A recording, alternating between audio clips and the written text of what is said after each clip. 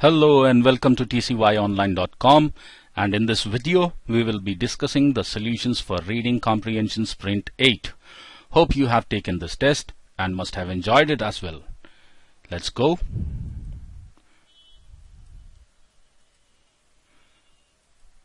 Question number 1. My friends gave me a plant. I have never owned a plant on purpose. Now I can see that author receives a plant given by his or her friends. Now I can see that the author also mentions I have never owned a plant on purpose. That is to say, the author felt that the author was not capable to take care of the plant, or maybe the author was not very affectionate or fond of plants. It came in the mail in need of assembly: bulbs, soil, a forest green plastic flower pot. Now this is describing how the author received the plant.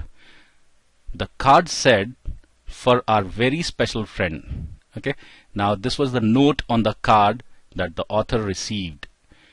I was so touched, I cried. Now the author was touched. The author was emotionally affected when he or she received this gift with this note. I cried. Now the author cried as well. I cry several times a day lately. Now the author cries several times a day lately. That is, in the recent past. Probably because I am withdrawing from benzos and antidepressants. That is to say, the author is losing the effect of these drugs, benzos and antidepressants. Now what do you infer from here? I can understand that author was using these drugs, benzos and antidepressants, and for this reason the emotions were suppressed and the author might not have cried in the past. But when the author stopped using these antidepressants, now the emotional part, the emotions are strong and overwhelming. Now, once the author has stopped using these, now the author is adjusting to a new world order, makes me cry. Now when the author is de-addicted to these drugs, now the author is adjusting to a new world order, and that makes the author cry. I am a drink that's constantly about to spill. The author is so emotional nowadays that the author compares himself or herself with a drink that is always about to spill. That is, the author is emotionally overwhelmed and the author is always about to cry. I read the instructions. Okay, the instructions, that is the instructions given to assemble the plant. My plant was capable of sprouting white flowers.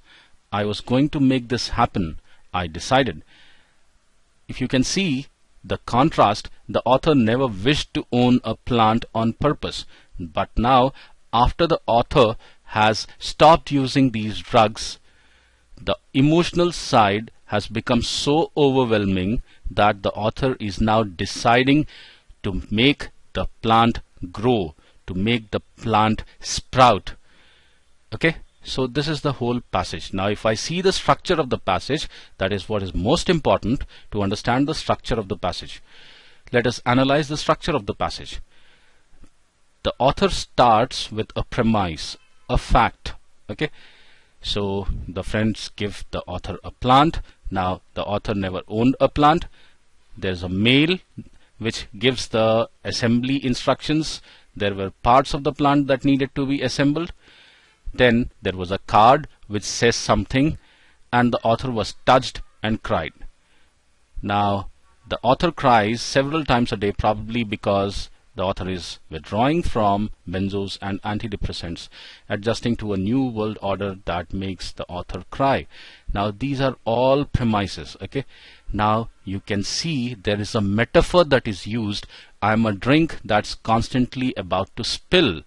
Now the author is using this statement to reinforce the claim that has been made earlier, that is the author is adjusting to the new world order. Okay, now this metaphor simply gives you a picturestic description of a claim made in the previous sentence. Okay, then there are again some simple facts, and finally there's another claim that the author makes, that I was going to make that happen, I decided. Okay, so there are some facts, the premises, then you have a metaphor, then you have another fact or a claim made by the author. That's it, as simple as that. Now let's read the question. The reference to "I'm a drink that's constantly about to spill" most likely serves which of the following purposes? Now, as I told you earlier, this is a metaphor. Metaphor is a picturestic description or a comparison with something else to give you a conclusion, or which tries to hint at something indirectly. Okay, now I'm a drink. The author literally cannot be a drink. So author is comparing his or her emotions with a drink. Now I'm a drink that's constantly about to spill. Now if a drink is up to the brink, okay, and when it's just shaken or a little bit of jerk or jolt can make that spill. Similarly, any kind of a small action or reaction or emotional stress or strain received by the author makes the author spill, that is, to makes the author cry. Okay, so the effect of these antidepressants is waning, and that makes the author very emotional, and any kind of a small event can prompt or trigger tears in the author. That is what the purpose of this. Okay, now let's look into the choices. To suggest that the author is a dipsomaniac. A dipsomaniac is a person who is constantly on booze, a person who is constantly addicted to drink. It's not that the author is constantly addicted to drink. Okay, the purpose of this metaphor or this sentence is simply to say that the author is losing, or the effect of these drugs is waning. Okay, so it's nothing to do with dipsomaniac. So A cannot be my answer choice. To suggest that the author is out of control. Author is out of control. There's no such trigger or there's no such hint in the passage to support that the author is out of control. Let's see. Read further.